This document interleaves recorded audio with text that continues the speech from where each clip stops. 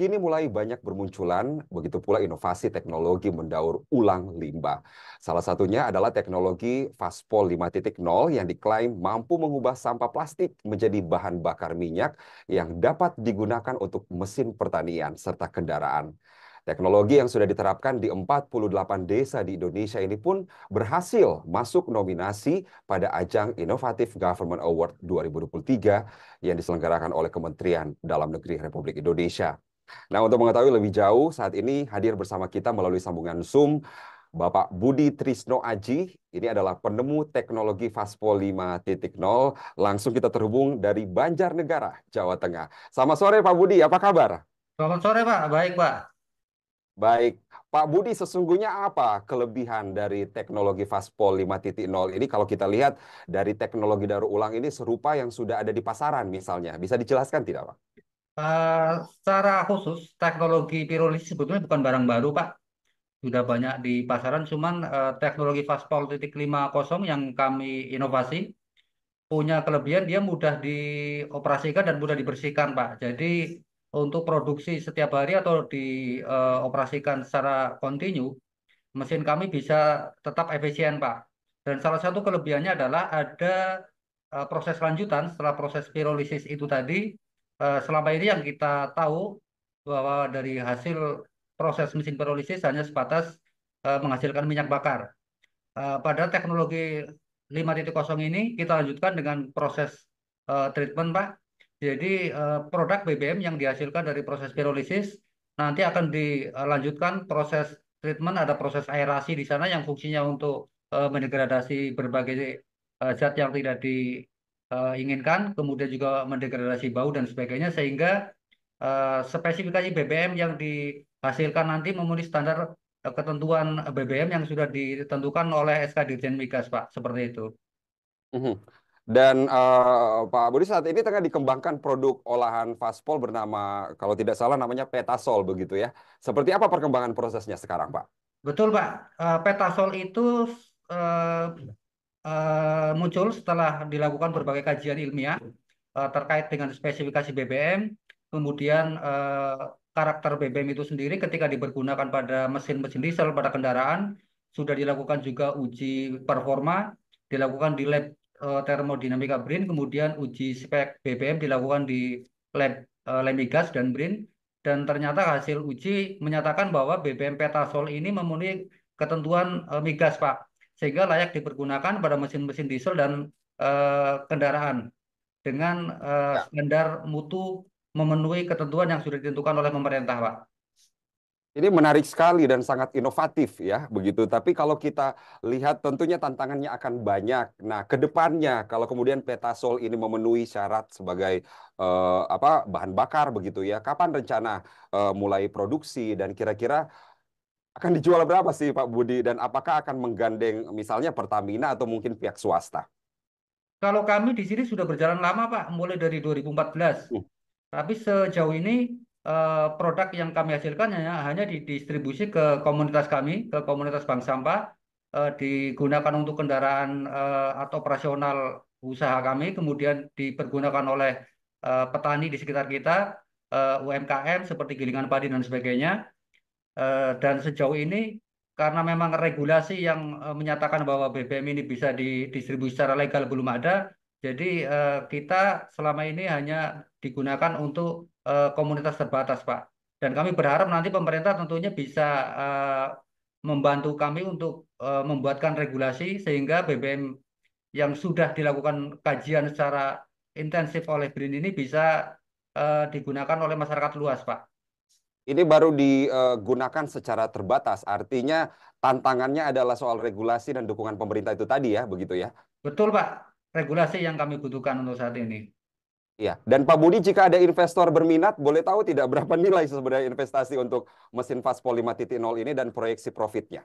Untuk saat ini yang banyak dipergunakan oleh teman-teman pengguna di lapangan, kapasitas 50 liter per hari dan kapasitas 100 liter per hari, Pak, yang sudah tersebar di lebih dari 48 desa. Kapasitas itu tentu kita berhitung dengan stok atau adanya sampah plastik di setiap desa, sehingga hanya kapasitas 100 saat ini maksimal yang dipergunakan di berbagai desa, dan dari 100 kilogram kapasitas yang ada di desa-desa itu mampu menghasilkan BBM 80 sampai 95%, Pak, tergantung nanti kondisi bahan baku yang sudah disiapkan.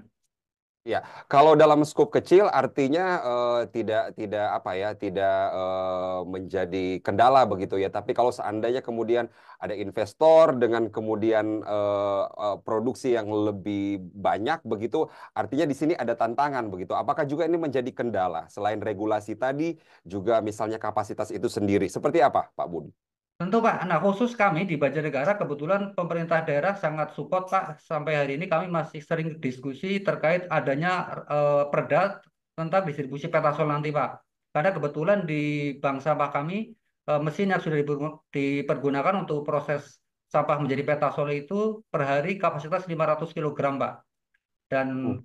sampai hari ini produk yang dihasilkan selalu habis dipergunakan oleh warga sekitar untuk keperluan baik untuk keperluan tani maupun kegiatan sehari-hari masyarakat di sekitar kami, Pak. Seperti itu. Pak Budi, terakhir ini sampahnya dari sekitar Banjarnegara saja kan, Pak? Sampai saat ini sekitar Banjarnegara, Pak. Untuk di Baik. bank sampah kami per bulan sekitar 15 ton sampah plastik yang bisa kita proses menjadi petasol, Pak. Iya, ini inovatif sekali dan bisa menjadi peluang ya eh, di apa diduplikasi juga untuk daerah-daerah lain, apalagi persoalan sampah ini menjadi persoalan kita bersama. Terima kasih Pak Budi Trisno Aji, penemu teknologi daur ulang Faspol 5.0 atas perbincangan dan informasinya hari ini. Sama-sama, Dan Pak. Terima kasih, selanjutnya Pak. kita akan ikuti apa kata redaktur kabarbursa.com.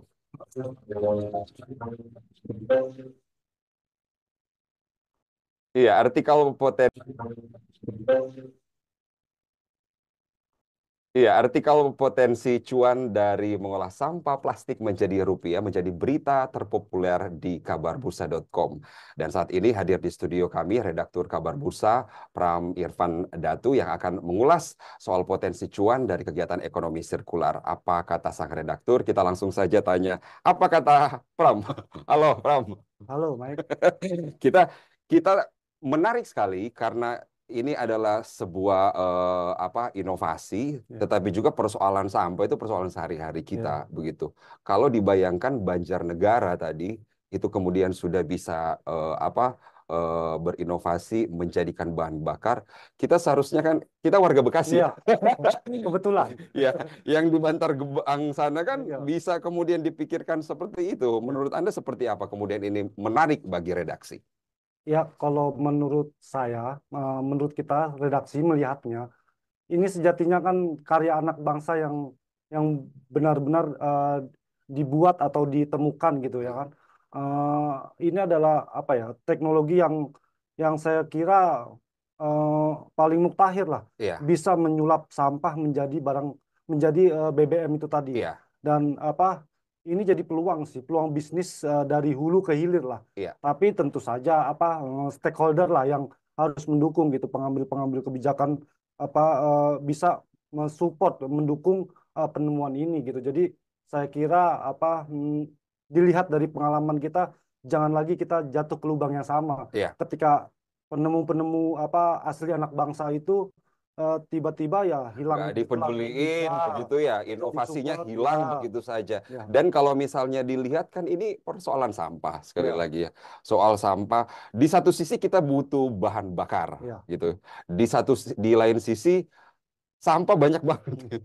Manusia setiap hari kan memproduksi sampah. ya Nah, ini kan kalau kita lihat ini kan sebenarnya adalah peluang cuan buat anak muda ya. apalagi. Tapi kenapa ya sepi yang namanya anak muda berminat hal-hal seperti ini atau bagaimana?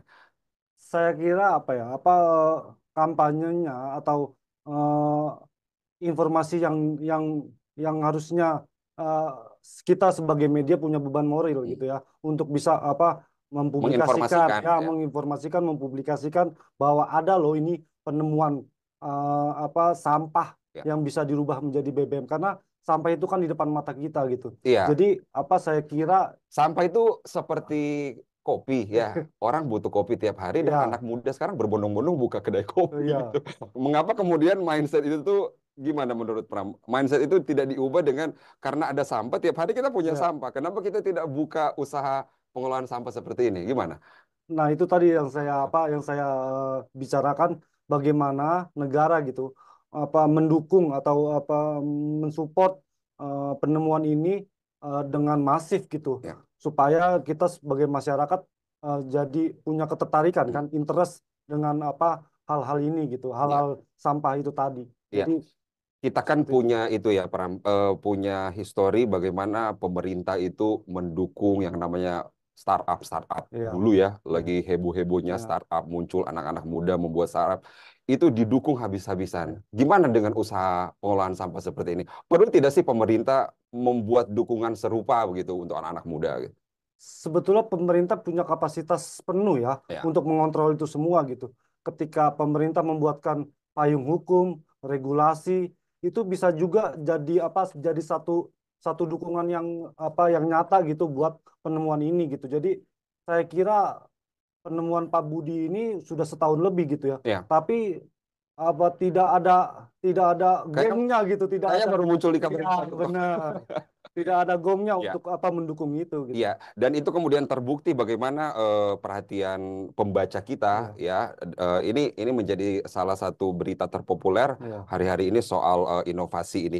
Nah, itu tadi kemudian soal bagaimana pemerintah mendukung. iya. Nah, sekarang kalau seandainya pemerintah mendukung, apa kira-kira dari Pak Budi dan kawan-kawan usaha serupa ini yang perlu di-upgrade begitu? Sebetulnya jadi lebih leluasa ya buat Ya, Pak Budi untuk membuat satu skema atau satu sistem yang ya isti apa pengelolanya ya secara profesional ya mungkin ya. menurut saya Ya, secara perseroan gitu atau ya, secara ya. profesional tadi itu untuk bisa mendukung penemuan itu tadi Iya, gitu. mungkin habis ini kita bikin usaha pengelolaan sampah ya Wah, di Bekasi. ide yang bagus. Iya, itu menarik sekali. Terima kasih Pramifan Datu, redaktur kabarbursa.com atas perbincangannya siang hari ini. Selamat Sama-sama. bertugas lagi, Pram. Sama-sama. Iya, dan sahabat finansial perbincangan dengan redaktur Kabar Bursa Pram Irfan Datu tadi menutup Kabar Bursa hari ini. Jangan lupa klik